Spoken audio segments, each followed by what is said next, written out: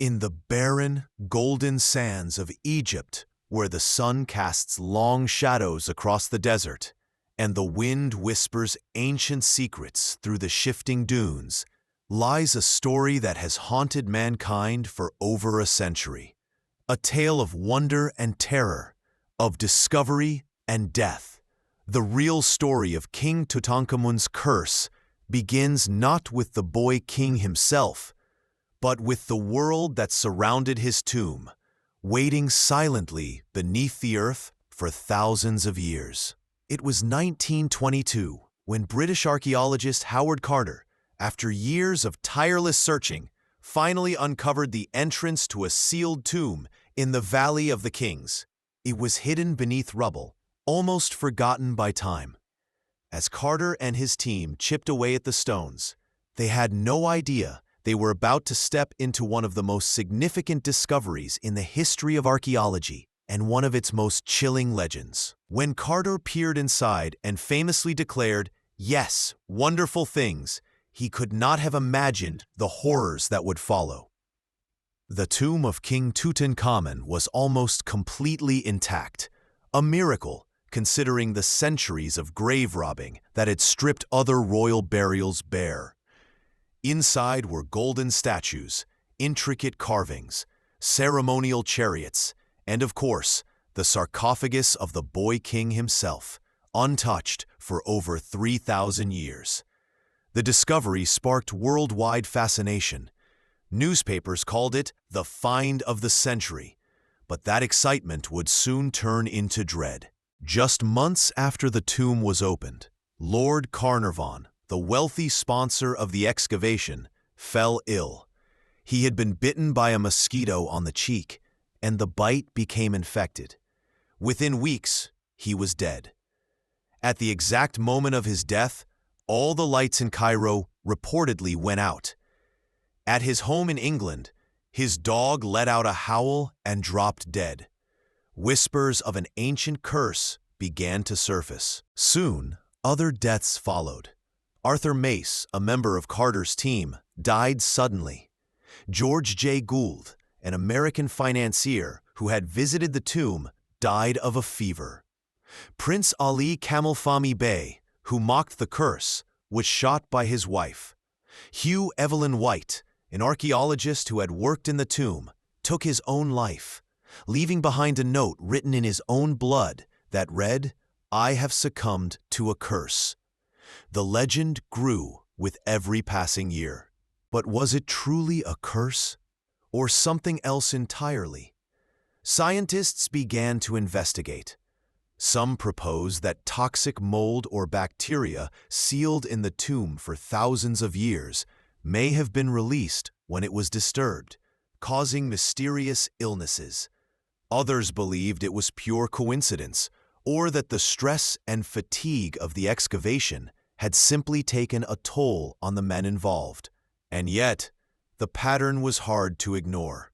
King Tutankhamun himself was a boy when he died, no more than 19 years old.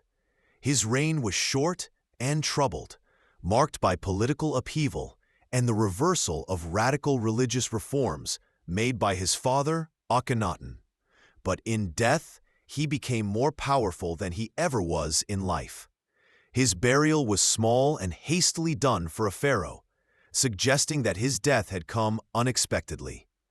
And yet, the treasures in his tomb were vast, unmatched by many others. Among the items found was a dagger made not of iron from earth, but from a meteorite, star metal, as the ancients would have called it. There were carvings depicting protective gods and spells from the Book of the Dead etched onto the walls, all meant to guard the king's soul and punish those who disturbed his rest.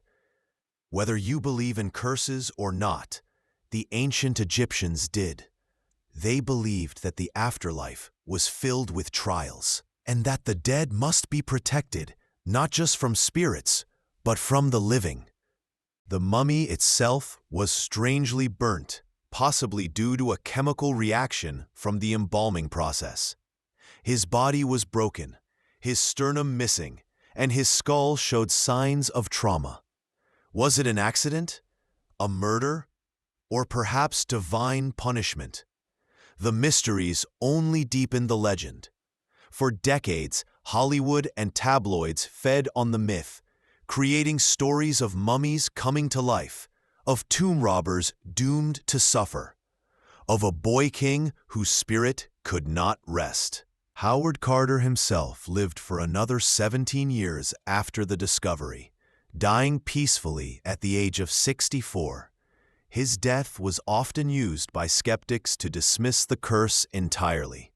But by then, the idea of the curse of the pharaoh had already taken hold in the minds of the public. The idea that ancient forces, older than history itself, could reach across time to punish the arrogant and the curious, that was too powerful to ignore. And perhaps that is the real power of the curse, not in its body count, but in its lasting grip on our imagination. It's in the way we look over our shoulders in museums, in the way we lower our voices when speaking of the dead, in the respect, or perhaps fear, we feel when faced with the wonders of a civilization that understood death not as an end, but as a doorway. The tomb of King Tutankhamun is now one of the most visited archaeological sites in the world. Millions have come to see the Golden Mask, to stand in the presence of the boy king whose name echoes through time. And many still wonder, did they disturb something they shouldn't have? Are the strange deaths and accidents just part of a pattern too big to be coincidence? Or have we merely projected our own fears onto the past? Whatever the truth may be, the legend of King Tut's curse endures. It has become part of his legacy, inseparable from the glittering artifacts and the haunting gaze of his funeral mask. And as long as people continue to seek answers in the silence of the tomb, the curse will remain alive, not as a threat, but as a story too strange, too old, and too human to ever be forgotten.